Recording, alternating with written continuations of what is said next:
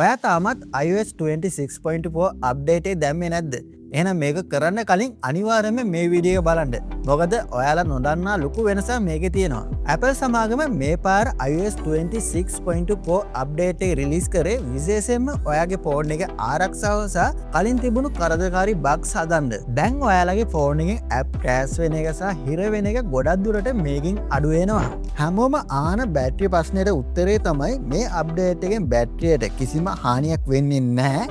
හැබැයි මතක තියාගන්න අප්ඩේට් කරපු ගමන් දවසක් දෙකක් විතර බැටරිය ටිකක් ඉක්මනින් බහින්න පුළුවන්.